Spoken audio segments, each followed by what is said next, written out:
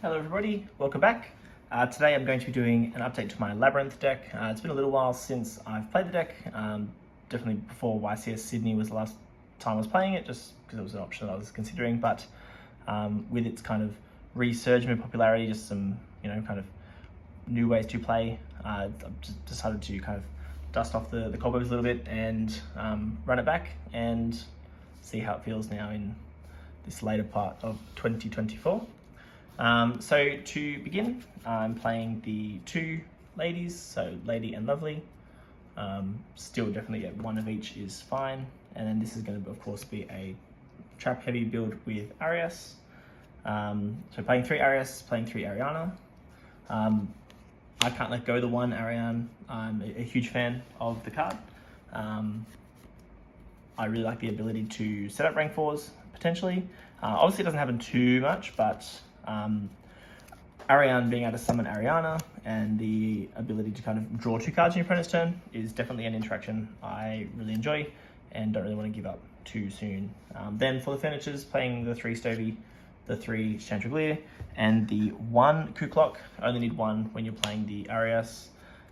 You more just gain access to this later on, but certainly still a useful card to make the combos work. I'm playing 1 of the field spell and 1 Call by the Grave.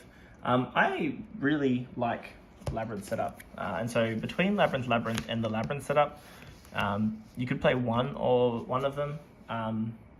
Yeah, I really do enjoy this card. I mean, you could play both if you wanted to try and fit them in, but I still really rate this card. I think it's definitely one that is worth considering, especially alongside Trap Trick.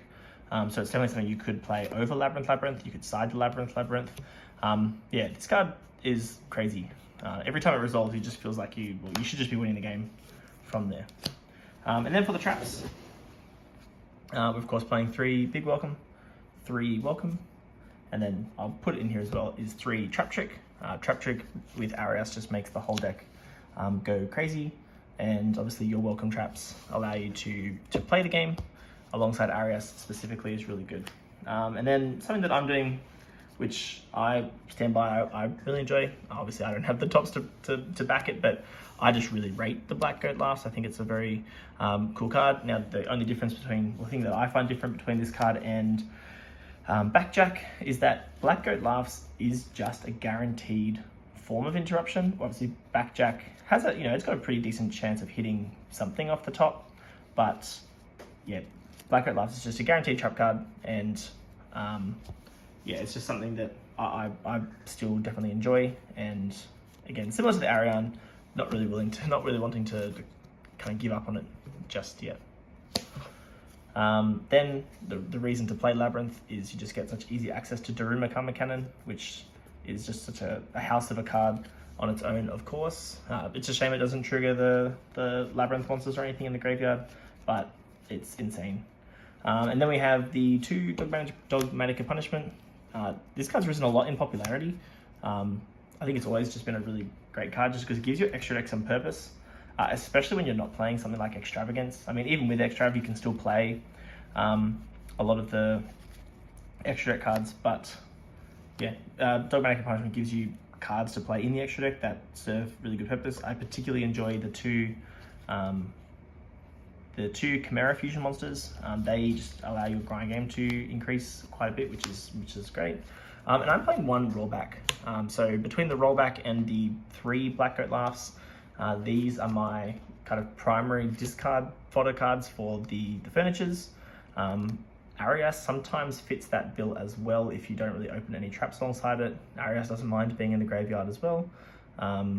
So yeah, I've gone for the 1 Rollback. Obviously you can set it off of Lovely of Lady if you get that far, but also this, it's pitchable with Ariane, and it gives your Labrynth traps just a bit more power in the graveyard. Obviously any of your other traps gives a lot more power in the graveyard as well, but yeah, 1 Rollback. And then I'm playing 3 Nibiru and 3 Imperm as the only hand traps. Nibiru is really nice, obviously with the furnitures, has some pretty cool interactions, but also if you do end up going for a rank 4, you can rank into Gallant Granite and search Nibiru, or post side, you could also rank Galen Granite could search for Lord of the Heavenly Prison, which that's pretty cool. Lord is obviously a crazy good card. Whether or not it's worth getting that far, and obviously a lot has to go well for you to get that far, but yeah, it's not terrible if it suits that situation, depending on what you're having to pay with your hand. Then for the extra deck, 1 Chaos Angel, 1 Malong. You could definitely play 2 Chaos Angel. You can go into it very easily, along like with the Arias and the level 4s, for example. And then we've got Entis, the 2 Chimeras, as I mentioned. I think they're really good cards to play. Garura is obviously very good as well. Then I'm playing Dweller and Gallant Granite.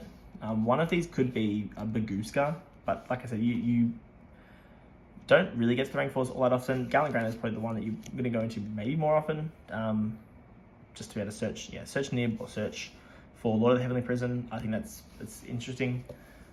Sky Crisis, again, you could play more than one of it just because you have a very flexible extra deck. I don't own more than one of it and Chaos Angel, but I definitely play more than one of them if I had them. The Tri Brigade Link 5 is obviously for punishment, and then these are just like random flex cards that you probably will never use. So Underworld Goddess, Nightmare Unicorn is just a fiend if you are fiend locked. Muckraker, you could certainly afford to play 2 Muckraker for space. And then I've got the SP and the Anima. Obviously Anima only really works now with the Ku Clock, but it's, like I said, the extra deck is very flexible that there's no reason kind of not to play it. And we don't have, obviously Link Kribo or anything like that either. So yeah, that is the Labrynth deck. Not going to do really any test hands with the deck either. Labrynth is certainly a deck that you need to, the test hands don't really do it justice. Labrynth obviously wins its games through the grind and kind of, out-resourcing your opponent over a period of time. So yeah, I'll leave that one there, and I'll catch you in the next one.